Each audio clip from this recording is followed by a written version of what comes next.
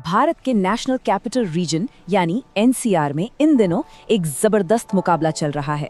एक तरफ है कॉरपोरेट दुनिया का बेताज बादशाह गुरुग्राम और दूसरी तरफ है उसे टक्कर देता भविष्य का एक मजबूत दावेदार नोएडा। पर ये सिर्फ दो शहरों के बीच की दौड़ नहीं है, नहीं, ये एक ऐसी लड़ाई है जो तय करेगी कि आने वाले कल में पूरे एनसीआर की शक्ल कैसी होगी। तो सबसे बड़ा सवाल यही उठता है कि इस मुकाबले में आखिर जीत किसकी होगी? क्या गुरुग्राम का दबदबा कायम रहेगा या फिर नोएडा एक नई कहानी लिखेगा? चलिए आज के इस विश्लेषण में इसी सवाल का जवाब ढूंढते हैं। सबसे पहले इन दोनों की पहचान को समझना जरूरी है। देखिए, गुरुग्राम की पहचान है एक कॉरपोरेट पावर हाउस के तौर पर, जहां दुनिया की बड़ी बड़ी कंपनियों के शानदार दफ्तर हैं। वहीं दूसरी तरफ नोएडा को हम जानते हैं एक प्लान्ड शहर के रूप में, जिसकी चौड़ी सड़कें और व्यवस्थित इंफ्रास्ट्रक्चर ही उसकी सबसे बड़ी पहचान है। आज के इस विश्लेषण में हम इन्हीं दोनों शहरों की पड़ताल करेंगे। पहले गुरुग्राम की ताकत को समझेंगे, फिर नोएडा के बढ़ते कदमों को देखेंगे और फिर उन फैक्टर्स पर बात करेंगे जो भविष्य का फैसला करेंगे। तो चलिए इन दो दिग्गजों को जरा और करीब से जानते हैं। ये महज दो शहर नहीं है, बल्कि ये हरियाणा और उत्तर प्रदेश के लिए आर्थिक विकास के सबसे बड़े इंजन हैं। इनकी तरक्की का सीधा असर इन राज्यों के भविष्य पर पड़ता है। शुरुआत करते हैं गुरुग्राम से। इसे एनसीआर का स्थापित बादशाह कहना गलत नहीं होगा। ये एक ऐसा मैच्योर मार्केट है जो अपनी सफलता की कहानी सालों पहले ही लिख चुका है। जरा इस आंकड़े पर गौर कीजिए, 50%। इसका मतलब ये है कि हरियाणा राज्य की आधी से ज्यादा कमाई अकेले गुरुग्राम शहर से आती है। सोचिए, एक अकेला शहर पूरे राज्य की अर्थव्यवस्था को किस तरह चला रहा है। ये सिर्फ एनसीआर का ही नहीं, बल्कि पूरे हरियाणा का इकोनॉमिक इंजन है। और गुरुग्राम का ये प्रीमियम स्टेटस यहाँ की प्रॉपर्टी की कीमतों में साफ दिखाई देता है। गोल्फ कोर्स एक्सटेंशन रोड जैसी जगहों पर तो रेट्स 19,000 रुपये प्रति वर्ग फुट तक पहुँच चुके हैं। ये ऊंची कीमतें इस बात का सबूत हैं कि ये मार्केट कितना विकसित और एक तरह से सैचुरेट हो चुका है।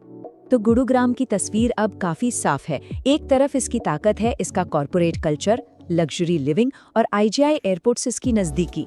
लेकिन सिक्के का दूसरा पहलू भी है, जैसे कि आसमान छूती कीमतें और पानी की सप्लाई और मेट्रो कनेक्टिविटी जैसी बढ़ती हुई चुनौतियां। और अब रुख करते हैं नोएडा की तरफ, वो चैलेंजर जो गुरुग्राम के सिंहासन को चुनौती देने के लिए पूरी तरह से तैयार है। वेल प्लान डेवलपमेंट, अफोर्डेबिलिटी और भविष्य की जबरदस्त संभावनाएं, यही इसकी सबसे बड़ी ताकत है। नोएडा को समझने के लिए डेवलपिंग मार्केट शब्द एकदम सटीक है। इसका सीधा सा मतलब है कि यहाँ आज भी किफायती दाम पर निवेश के बेहतरीन मौके मौजूद हैं और भविष्य में यहाँ ग्रोथ की रफ्तार बहुत तेज रहने वाली है। इसका सबसे ताज़ा और बड़ा उदाहरण है जेवर एयरपोर्ट। जब से इसका ऐलान हुआ है, पिछले कुछ ही सालों में यहाँ प्रॉपर्टी की कीमतों में करीब 150% की जबरदस्त बढ़ोतरी देखने को मिली है।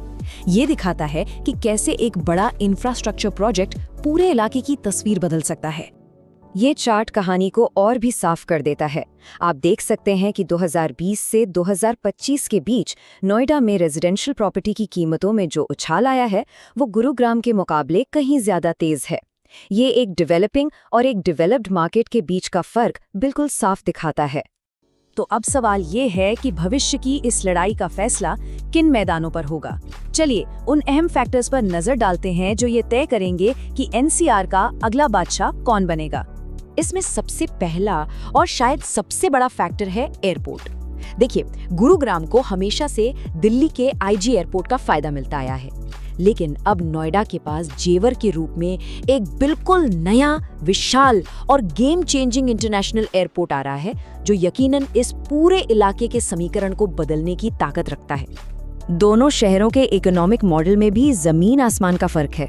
गुरुग्राम का फोकस प्रीमियम मार्केट पर है, यानी हाई वैल्यू लो वॉल्यूम।